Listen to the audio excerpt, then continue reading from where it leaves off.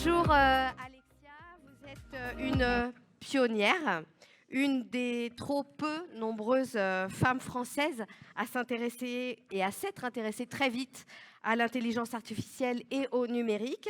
Vous avez fondé la société Datactic qui aide les entreprises dans la valorisation de leurs données, un terme que vous allez nous expliquer. Vous êtes aussi formatrice, conférencière, autrice de 2 ouvrages.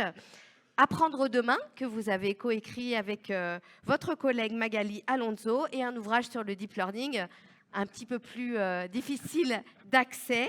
Est-ce que je peux vous laisser nous dire en quoi l'IA révolutionne l'apprentissage? Je vais essayer. C'est à vous.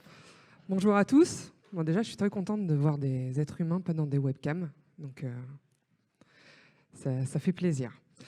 Donc là, j'ai 20 minutes, c'est ça? C'est ça. Pour vous expliquer la révolution de l'apprentissage. Alors, il va y avoir des choses que Luc Julia vous a déjà dit, parce que je ne vais pas réinventer la roue. Je vais juste le dire peut-être un peu différemment. Donc, avant de commencer, je vais vous proposer de regarder ces quelques images et puis essayer de voir si ça vous parle. Et puis, si ça ne vous parle pas, vous inquiétez pas, on va y revenir. Alors, nous avons un problème technique.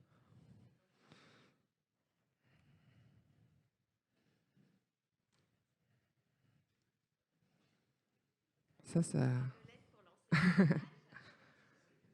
Sinon, on va demander à les dessiner.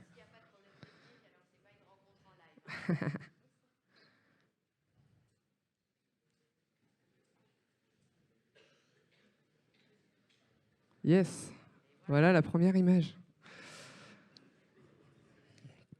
Donc, première image. Deuxième image. Troisième image. Et attention, quatrième image. Alors, j'avais prévu de me présenter, mais comme Valérie l'a fait, je vais pas vous refaire de la pub.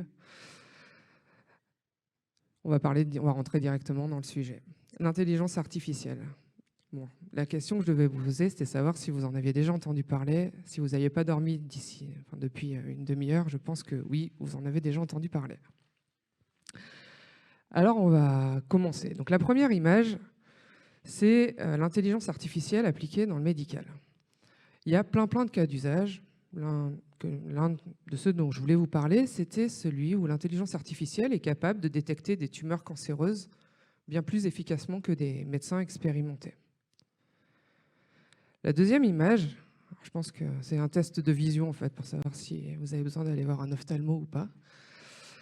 C'est un article qui a été écrit par un robot, donc un article de presse. Donc en fait, il y a pas mal d'articles de presse qui en général ne sont pas super intéressants, on ne va pas se le cacher, qui sont écrits par des robots.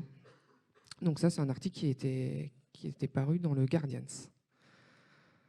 Troisième image, c'est l'ISS. Donc bon, là, je suis à Toulouse, l'ISS, c'est bon, tout le monde connaît. À 400 km au-dessus de nos têtes, il y a Thomas Pesquet. Et il y a aussi le laboratoire scientifique Columbus, qui a été créé en 2008 par l'ESA et qui est branché à l'ISS. Et Airbus a développé un système qui permet de détecter des anomalies de ce module avant même qu'elles ne deviennent critiques, ce qu'on appelle la maintenance prédictive. Et puis ça, c'est un agent conversationnel. Il est beau, hein? C'est pas moi qui ai fait le dessin. Les agents conversationnels, on en a parlé tout à l'heure, hein. C'est des choses assez basiques où vous essayez de lui dire quelque chose et il essaye de vous répondre quelque chose de cohérent. Alors tout ça, c'est des cas d'utilisation de l'intelligence artificielle. Et vous voyez qu'en fait, ces intelligences artificielles, des fois, elles font des choses mieux que nous, les humains. Mais par contre, comme l'a dit Luc Julia, elles font des choses qui sont assez simples, spécialisées et puis assez répétitives. Alors, l'intelligence artificielle, c'est, si on reprend un peu la définition, c'est essayer de reproduire dans une machine toutes les fonctions cognitives humaines. Bon, on l'a vu avec Luc Julia, c'est pas très facile. Alors là, vous avez un robot qui s'appelle Sophia. Je sais pas, est-ce que quelqu'un connaît Sophia? Oui, tout le monde.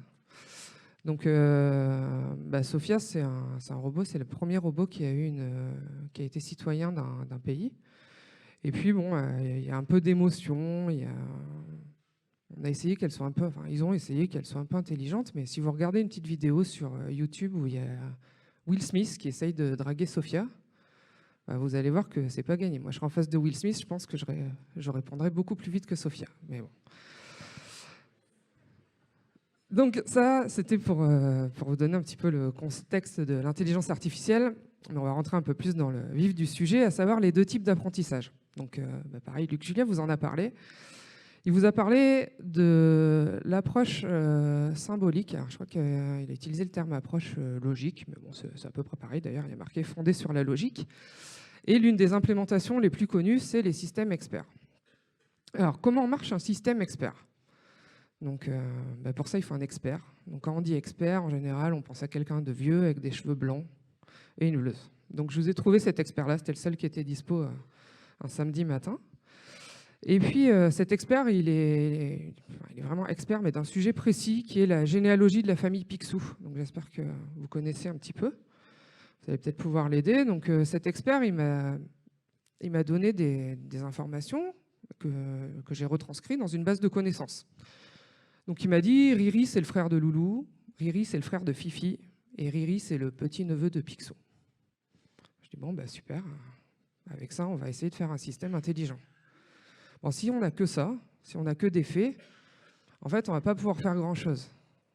Nous, êtres humains, on a un raisonnement parce qu'on a des faits, mais on a aussi des règles qu'on va appliquer.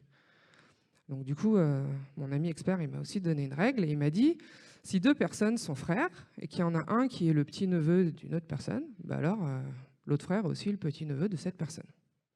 Je dis, ça c'est puissant. Ok, super. Donc là, on a une base de connaissances, on a une base de règles. Et nous, notre objectif, c'est quand même de faire quelque chose qui génère de la connaissance. Donc pour ça, je vais donner ça à un moteur. Et ce moteur, il va essayer d'appliquer les règles à toutes mes connaissances. Et du coup, attention, parce que ça, je ne sais pas si vous l'auriez trouvé tout seul. Il me dit que Loulou, c'est le petit-neveu de Picsou et que... je ne me souviens jamais comment il s'appelle, le bleu. Fifi, c'est le petit-neveu de Picsou. D'ailleurs, il y a toute une polémique sur savoir si vraiment ils ont un nom. Mais bon, ça ne fait pas partie du talk, donc on pourra en parler plus tard. Ce qu'il y a à retenir surtout là-dedans, c'est que un système expert, c'est bien, ça marche. Ça marche. Le résultat qu'on a, on est sûr qu'il est juste. On a appliqué une règle sur des faits qu'on savait qui étaient justes. Donc c'est super, c'est déterministe. Par contre, là, je vous parle. J'espère que vous comprenez ce que je vous dis. Et si je vous demande de retranscrire ça de manière logique, comme ça, vous allez peut-être avoir quelques difficultés. Et puis, il y a plein de choses qu'on fait où on n'est pas capable d'expliciter notre raisonnement. Donc, en fait, ça, c'est un peu les limites de ce type d'apprentissage. Alors, du coup, il y a un autre type d'apprentissage qui est l'approche connexionniste. Alors, Luc Julia a utilisé le terme statistique, mais ça marche pareil. Qui est fondée sur les données. Et donc, pour vous expliquer ça, on va revenir un peu en arrière. On va revenir sur comment marche un logiciel informatique. Un logiciel informatique, le programmeur, il va coder un algorithme, ça va être les règles, et puis on va lui fournir des données. Les données vont passer dans les règles, et ça va nous donner un résultat qui est déterministe, 100% juste. Donc ça, c'était très bien. En machine learning, c'est un petit peu différent. C'est-à-dire qu'on va avoir deux phases avant de pouvoir faire de la prédiction. On va entraîner quelque chose, on va entraîner un modèle. Pour ça, on va donner des données historiques, on va lui fournir plein de données historiques, et puis on va lui donner plein de résultats. Alors en fait, il faut que je vous dise que je vous mens un petit peu, parce que là, j'ai réduit le machine learning à 90% des cas d'utilisation, qui est l'apprentissage supervisé. Mais comme j'ai que 20 minutes, je ne ferai pas mieux aujourd'hui. Donc du coup, on va lui donner des données historiques et puis le résultat. Donc par exemple, si j'ai envie, je sais pas, de prédire le prix des appartements à Paris, je vais lui donner plein d'informations sur des appartements. Et puis pour chaque ligne d'information, je vais lui donner le résultat. Et la machine, qu'est-ce qu'elle va faire? Elle va prendre tous les exemples que je vais lui fournir et puis elle va générer des règles, ce qu'on avait appelé le modèle, qui est plus ou moins explicable à l'heure actuelle, en fonction des algorithmes qui sont mis en œuvre. Donc du coup, la machine, elle essaye de faire au mieux. Donc on a notre modèle, et après, on va aller faire de la prédiction. Et pour faire de la prédiction, qu'est-ce qu'on va faire? On va prendre des nouvelles données. Donc, je sais pas, vous avez un ami qui veut vendre son appartement à Paris, vous récupérez toutes les informations, vous donnez ça au modèle, et puis le modèle, tac, il vous donne le prix estimé de l'appartement. À votre avis, est-ce que le prix estimé, il va être bon?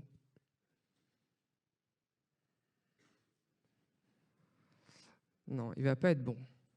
On va essayer qu'il soit le moins faux possible. Mais en fait, c'est tout le problème du machine learning, c'est que comme on se base que sur des rapprochements statistiques, en fait, après, on a quelque chose qui est qu'on essaye d'avoir le plus juste possible.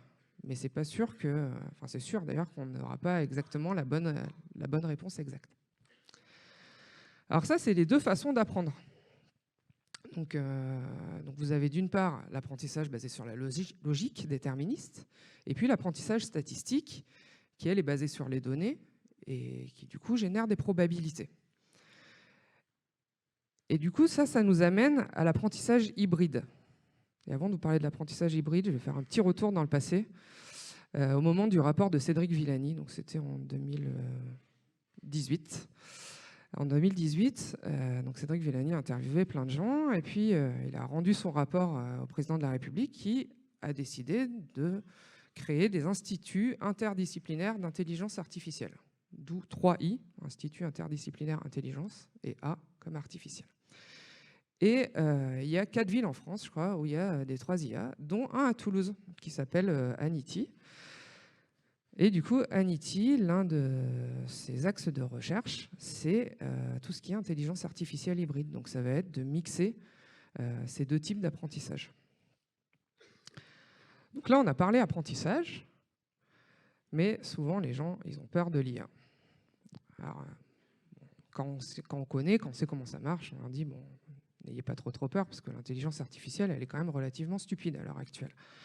L'intelligence artificielle, elle ne sait faire que des tâches simples, spécialisées et répétitives. Donc, mon IA qui prédit le prix des appartements à Paris, je vais faire en sorte qu'elle ne soit pas trop mauvaise pour prédire le prix des appartements à Paris, mais si je veux qu'elle prédise le prix des appartements à Bordeaux, elle ne va pas y arriver. Enfin, elle va me générer un truc, mais ça sera complètement faux. Il va falloir que je la réentraîne.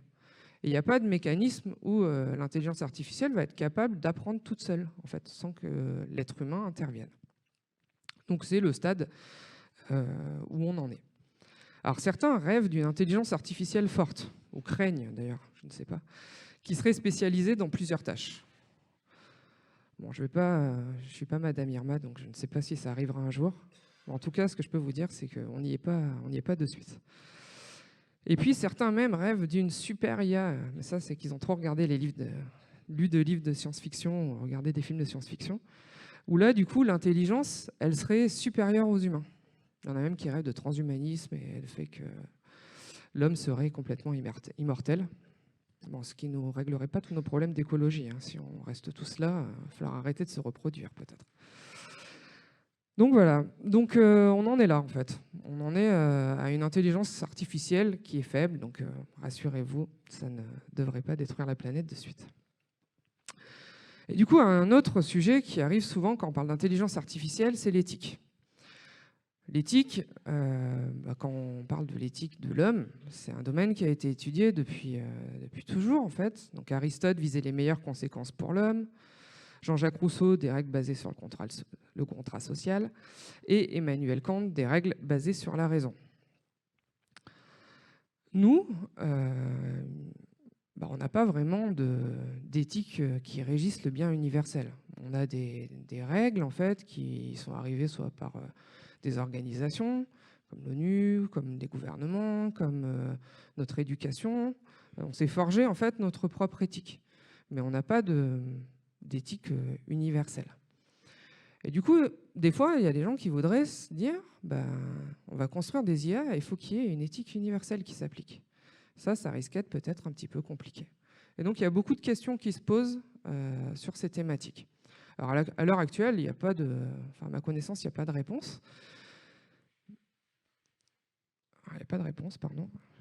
J'ai spoilé la suite. Mais si on se focalise sur un domaine de l'intelligence artificielle qui est la robotique, parce qu'en fait, je vous ai parlé pour l'instant, enfin, on vous a parlé de l'intelligence artificielle et surtout d'apprentissage. L'intelligence, c'est la capacité à faire des liens. Donc forcément, si on veut faire des liens, il faut apprendre. Donc c'est vrai qu'on parle souvent de ça. Mais l'intelligence artificielle, c'est beaucoup plus large. Vous pouvez avoir de l'intelligence artificielle qui fait de la vision pour ordinateur, du traitement naturel du langage, vous pouvez avoir de la robotique. Et tous ces champs-là ne sont pas forcément obligés d'utiliser du deep learning ou des choses comme ça. Il y a des méthodes anciennes qui existent pour faire de la vision par ordinateur et qui marchent plutôt bien. Donc si on parle d'éthique dans la robotique, là il y a un auteur qui, je pense, quand il a écrit ses livres, ne se rendait pas compte de ce qu'il écrivait et de la portée que ça aurait des années plus tard. C'est Isaac Asimov. Isaac Asimov, il a écrit 3 lois dans ses livres que les robots doivent respecter dans ses livres. Et en fait, il se trouve que beaucoup de chartes d'éthique sur la robotique réutilisent ces 3 lois. Donc vous inquiétez pas, les lois, vous pourrez les retrouver sur Internet, c'est assez rapide. En termes d'intelligence artificielle plus globale, comme je vous l'ai dit, il n'y a pas un cadre éthique universel. Par contre, il y a plein de choses qui se passent. Donc là, je vous ai cité quelques initiatives. Il y a eu l'association Future of Life Institute qui a fait une lettre ouverte sur l'IA. Ça a été un peu la première lettre qui parlait d'éthique. Il y a eu pas mal de chartes et de lettres sur les robots tueurs, les armes autonomes.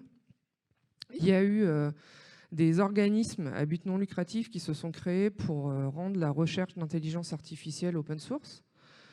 Et puis, il y a plein d'autres choses. Et là, je laisserai les juristes raconter un petit peu plus tout ce qui se passe dans l'éthique dans l'Union européenne.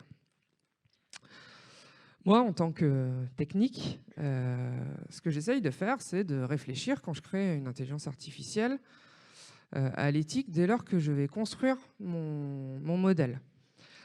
Pour ça, il y a une chose qui s'appelle l'éthique by design. Je ne sais pas si certains d'entre vous en ont entendu parler. Donc, c'est des concepts auxquels il faut penser quand on crée notre système. Donc, le premier, c'est l'auditabilité, c'est-à-dire faire en sorte que on soit capable de documenter ce qu'on a créé et de dire comment on est arrivé à ça. Le deuxième concept, c'est la responsabilité. La responsabilité, c'est de se dire, si le truc il fait ça, c'est parce qu'il y a ça, et c'est moi qui ai mis telle donnée, etc. L'explicabilité, c'est savoir pourquoi un système prend telle ou telle décision. La précision, c'est la fiabilité, essayer que le système soit le plus fiable possible. Et puis, l'impartialité, c'est pour qu'il n'y ait aucun bad buzz, comme il y a pu y avoir par exemple sur Tay. Donc que ça respecte vraiment tout le monde. Alors l'intelligence artificielle, c'est le sujet numérique le plus hype du moment. C'est à la fois un sujet de société, c'est à la fois un objet politique, et puis un outil de compétitivité des entreprises. Donc on peut difficilement passer au travers. Dans le futur, on va tous, on vit déjà tous dans un monde gouverné par la donnée, mais ça risque d'être encore plus flagrant dans les prochaines années. Et donc, pour que tout se passe pour le mieux, on ne va pas demander à tout le monde de devenir expert en intelligence artificielle. Parce que déjà, moi, j'aurais beaucoup moins de travail, donc ce n'est pas une bonne idée. Bon, bien, dans la salle, je pense qu'il y en a quelques-uns qui vont être mes concurrents, mais ça, ce n'est pas très grave. Ce que je vais demander, surtout aux gens, c'est de se former, en fait. Parce que si on n'éduque pas la population à savoir qu'est-ce que c'est que l'intelligence artificielle, comment ça apprend, quel est l'impact si je donne telle ou telle donnée, pourquoi elle a pris telle ou telle décision, toutes ces choses-là, si on n'éduque pas la population, les gens vont continuer à craindre les systèmes et puis ne seront pas capables de dire on veut de ce système ou on n'en veut pas. Et donc je conclurai par une phrase d'un ami, Ian Ferguson, au premier rang, que j'ai souvent tendance à citer dans mes conférences. Alors pour une fois, il est là, donc je fais bien attention de citer son nom, des fois j'oublie. Ian dit « Avec l'intelligence artificielle, l'homme n'a pas fini de se redécouvrir » et je pense qu'il a complètement raison. Donc je vous remercie pour votre attention et puis si vous avez des questions, je serai heureuse d'y répondre.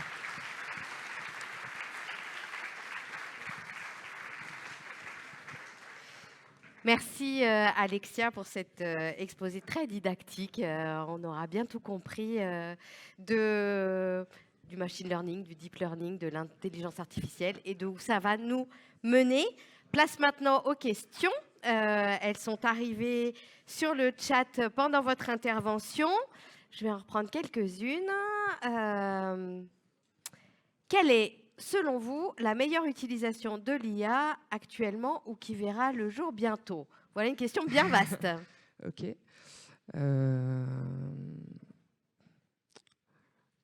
C'est difficile d'y répondre, hein.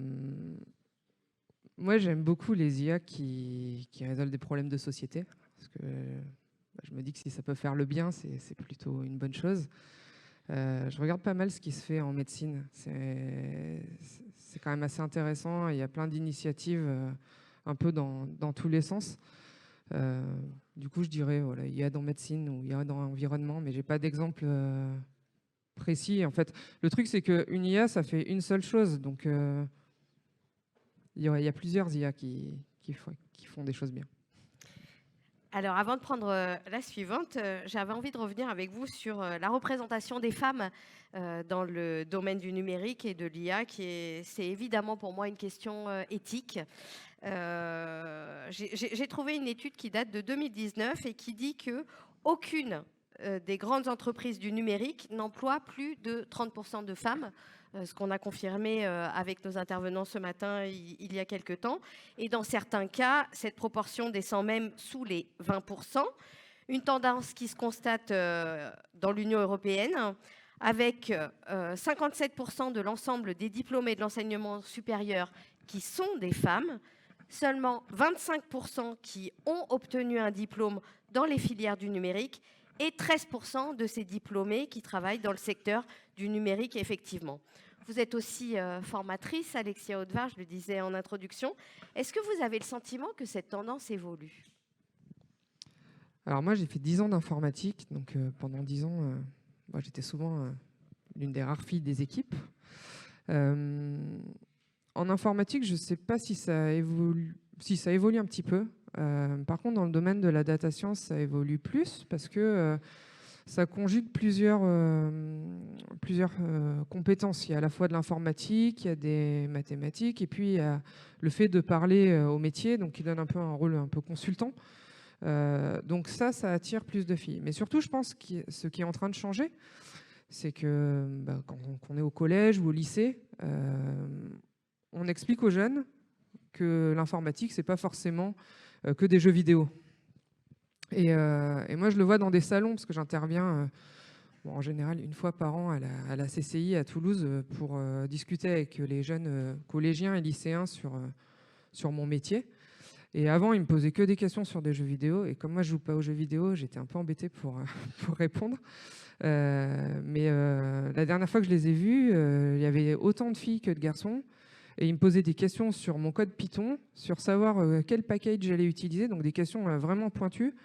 Et il y a même une fois où j'ai ouvert mon ordi pour leur montrer ce que je faisais. Et ils étaient super fiers parce que eux, en cours, ils commencent à faire de la programmation. Et du coup, ils arrivaient à comprendre quelques lignes de code que j'écrivais. Donc je pense que tout ça passera par l'éducation et montrer que ces métiers ne sont pas forcément destinés qu'aux hommes. Pourquoi on ne l'a pas fait jusqu'à présent? Alors ça, je ne sais pas. Alors, il y a une question qui me paraît un peu compliquée, mais voyons. Pourrions-nous développer le potentiel intellectuel humain en utilisant l'IA? Est-ce qu'on parle là d'intelligence augmentée? Alors moi, je voyais plutôt la question sous l'angle lien neurosciences et IA, qui est l'objet de mon premier livre. Donc, je pense que je vais être capable d'y répondre. Donc, dans la présentation, je ne vous ai pas trop parlé du deep learning, mais Luc Julia vous en a parlé. En fait, le deep learning, c'est un sous-ensemble du machine learning où le modèle est construit sur des réseaux de neurones. Donc, c'est bio-inspiré de notre cerveau, mais c'est vraiment l'implémentation d'un neurone formel, d'un neurone informatique. C'est vraiment très, très basique. Du coup, on sait un petit peu il y a quelques avancées technologiques qui ont eu lieu en deep learning, en particulier la vision par ordinateur, qui est inspirée de comment on voit. C'est-à-dire que nous, quand on regarde quelque chose, nos premiers neurones qu'on a dans nos yeux, c'est des neurones qui vont détecter des formes, des patterns, des choses comme ça. Et en fait, les réseaux convolutionnels, les premières couches de réseaux convolutionnels font un peu ça. Donc, on peut se dire que les neurosciences aident l'intelligence artificielle. Alors, on ne copie pas le fonctionnement du cerveau, de toute façon, on ne sait pas comment ça marche. Donc, mais on s'en inspire. Et côté neurosciences, les personnes qui travaillent en neurosciences récupèrent de plus en plus de données. Et donc, il va leur falloir des outils mathématiques, informatiques, et pourquoi pas d'intelligence artificielle si ça a du sens, pour mieux comprendre le cerveau. Donc, c'est ces deux liens-là que je dirais que l'intelligence artificielle et les neurosciences cohabitent plutôt bien. On parle de biomimétisme ? On parle de biomimétisme. Alors, question telle qu'elle est posée par vous, public. Comment concrètement mettre de l'éthique dans les prochaines IA ? Peut-être plus largement, comment est-ce qu'on passe des questions techniques aux questions éthiques ? Et est-ce que, en tant que témoin des entreprises que vous accompagnez, est-ce qu'elles se posent ces questions-là ? Alors moi, les entreprises avec lesquelles je travaille sont des industriels. Donc là, en ce moment, je fais de la prédiction de gaz. Donc l'éthique, on n'a pas vraiment de souci d'éthique dans le sens où on prédit la consommation de gaz qu'il va y avoir à différents points du réseau. Il n'y a pas de notion d'être humain ou de choses comme ça. Donc j'ai jamais vraiment été confronté, en fait, dans ma vie professionnelle, à des cas où je mettais de l'intelligence artificielle, où il y avait de l'humain derrière. Bon, il y a de l'humain toujours derrière, hein. Le gaz, ça nous permet de nous chauffer, mais c'est juste pour qu'on ait du gaz de meilleure qualité. Du coup, je peux pas trop, je ne sais pas. Quelles sont les questions que vous vous posez ? En termes d'éthique, j'entends. En termes d'éthique, le but, c'est de faire un outil le plus éthique possible, qui fasse le bien. Mais comme je vous dis, moi, je suis vraiment pas confronté à des problématiques d'éthique dans mon travail au quotidien, quoi. Alors, autre question. Peut-on considérer l'apprentissage supervisé comme étant de l'IA ? Question un peu technique, vous y avez répondu un peu dans votre exposé. Oui. Et peut-être aussi nous dire ce que c'est que l'apprentissage non supervisé, corollaire de cette question. J'avais dit que j'avais pas le temps. On va le prendre. Donc l'apprentissage supervisé, c'est qu'en fait, on va fournir à la machine des données labellisées. C'est-à-dire que pour chaque exemple qu'on va lui fournir, on va lui donner aussi le résultat. Et du coup, elle va apprendre en faisant des rapprochements statistiques comme ça. Donc ça, c'est ce que je vous ai présenté. L'apprentissage non supervisé, c'est par exemple, on prend plein d'informations sur tous les gens qui sont dans la salle, et puis je demande à la machine de vous regrouper en 3 groupes. Et la machine va vous faire des regroupements en partant du principe que chaque groupe, vous avez un comportement à peu près similaire. Donc ça, c'est l'une des grandes applications de l'apprentissage non supervisé. Vous pouvez aussi avoir des détections d'anomalies, vous pouvez avoir des réductions de dimensions, des choses comme ça. Et puis après, il y a l'apprentissage par renforcement. L'apprentissage par renforcement, c'est utilisé dans des environnements où on est capable de modéliser les réponses de l'environnement. Alors, pour expliquer ça, souvent je prends Mario, parce que tout le monde connaît Mario Bros. Dans Mario, donc Mario, c'est un agent. L'agent, il évolue dans un environnement. Mario, il va avancer. Bon, dans ce cas-là, il tombe pas, c'est nickel, il avance juste d'un pas. L'environnement dit, l'agent a avancé d'un pas, ok, je lui dis que son nouvel état, ça va être sa position d'avant plus un pas. Et je te donne une récompense, je vais te donner une récompense de 2, parce que c'est bien, tu as avancé. Mario, il recommence il saute. Là, il y a une espèce de boîte qui déclenche un champignon. Du coup, le superviseur, il dit, là, c'est super, Mario, tu as déclenché le champignon, donc ton nouvel état, c'est le même que où tu es, parce que quand tu tombes avec la gravité, tu reviens où tu es. Mais par contre, je te donne 100 points, parce qu'il y a un champignon et que c'est bien. Mais en fait, Mario, il n'a pas conscience qu'il y a un champignon. C'est juste qu'on lui dit, là, ce que tu viens de faire, c'est bien. Il avance, Et là, il chope le champignon. Le superviseur va dire, bon, bah là, super, Mario, ton nouvel état, c'est +1. Et là, je te donne 1000 points parce que tu as attrapé le champignon. Puis Mario, il re-avance, sauf que là, il y a un trou. Du coup, il meurt. C'est un peu triste, mais bon, ne vous inquiétez pas, c'est qu'un jeu vidéo. Du coup, le superviseur va lui dire, bon, bah super, t'es mort. Enfin, super, du coup, n'est pas le bon terme. Tu vas pouvoir rejouer une partie et bah là, tu n'as pas de récompense, donc je te donne moins 2000 points. Et en fait, ce système, il va rejouer plein de fois, de façon à ce qu'après, bah, Mario va réussir à libérer la princesse Peach en très peu de temps, et moins de temps que vous, il vous faudra pour finir le jeu. Donc ce type d'apprentissage par renforcement, c'est utilisé que lorsqu'on a des cas où on peut modéliser l'environnement. L'environnement est capable de donner une réponse, une récompense et savoir exactement quel a été l'impact de l'action de l'agent. Donc, vous connaissez finalement les jeux vidéo un petit peu quand même. Mario, un petit peu. Merci beaucoup, Alexia Merci. Hautvar, pour votre intervention ce matin.